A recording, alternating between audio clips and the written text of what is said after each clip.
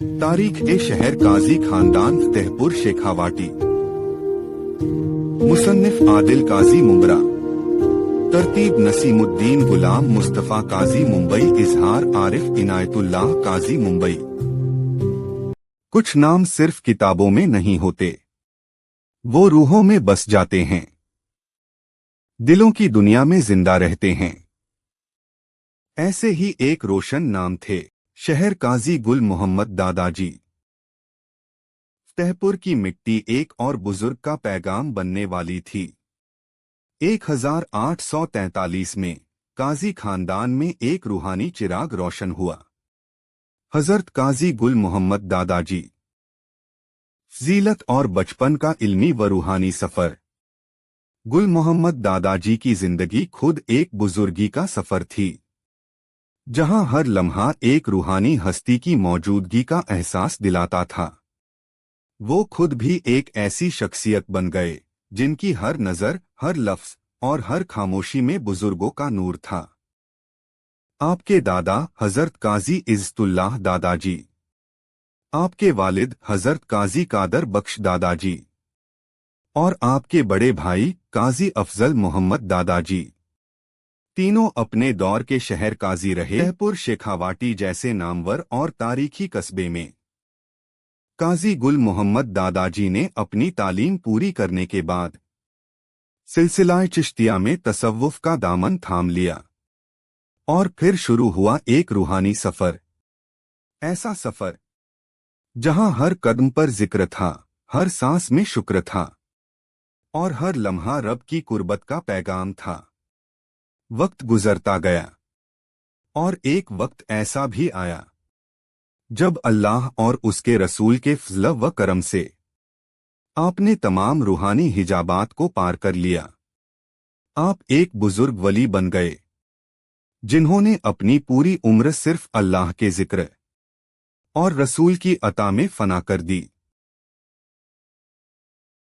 गुल मोहम्मद दादाजी रहमतुल्लाह अलैह की जिंदगी खुद एक करिश्मा थी, जहां इल्म, तसव्वुफ और अल्लाह की मोहब्बत एक साथ झलकती थी। सन 1872 फतेहपुर शेखावाटी की गलियों में एक खामोशी छा गई। शहर काजी अफजल मोहम्मद दादाजी अपना सफर तमाम कर चुके थे। उनके इंतकाल के बाद शहर के उलमा, मशाइख और अवाम की नज़र सिर्फ एक नाम पर जाकर ठहरी, हजरत गुल मोहम्मद दादाजी। और यूं शहर काजी गुल मोहम्मद दादाजी को शहर काजी फतेहपुर शेखावाटी के ओहदे से नवाजा गया। सीकर का वाकिया, हजरत काजी गुल मोहम्मद दादाजी का रूहानी असर। एक वक्त ऐसा आया कि सीकर के एक जमींदार का बेटा गंभीर रूप से बीमार हो गया। इलाज के लिए तमाम हकीमों से संपर्क किया गया, लेकिन हर किसी ने कह दिया यह बीमारी लाइलाज है। तब किसी ने उस जमींदार से कहा, तुम हजरत काजी गुल मोहम्मद दादाजी के पास जाओ, वो अल्लाह के वली हैं। वो जमींदार तहजीब और अदब के साथ दादाजी के पास आया और अपना सारा दुख, अपनी पूरी कहानी उनके सामने अर्ज की। दादाजी ने खामोशी से सब कुछ सुना और फिर उसे 40 दिन तक रूहानी इलाज और दुआ करने को कहा।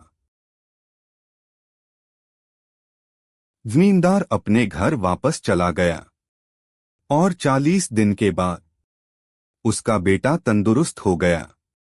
वो बच्चा जिसे लाइलाज कहा गया था, अल्लाह के करम से पूरी तरह से स्वस्थ हो गया। जमींदार खुशी से झूम उठा और शुक्राने के तौर पर एक पैसों से भरी थैली लेकर दोबारा हजरत काजी गुल मोहम्मद दादाजी के पास आया। लेकिन दादाजी ने मुस्कुराकर कहा, यह तो उसकी रहमत थी, इसमें मेरी कोई मांग नहीं, और थैली लेने से इनकार कर दिया।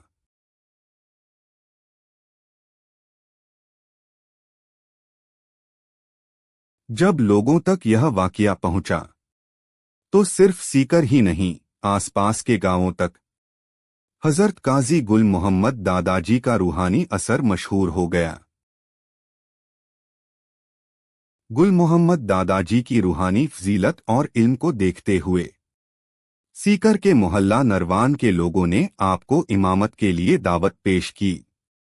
दादाजी ने सुकून के साथ अपना फैसला किया और सन 1898 में शहर काजी अफजल मोहम्मद दादाजी के पोते हजरत काजी निजामुद्दीन दादाजी को शहर काजी का ओहदा देकर खुद सीकर की तरफ रुख किया, इमामत के मुकाम की तरफ।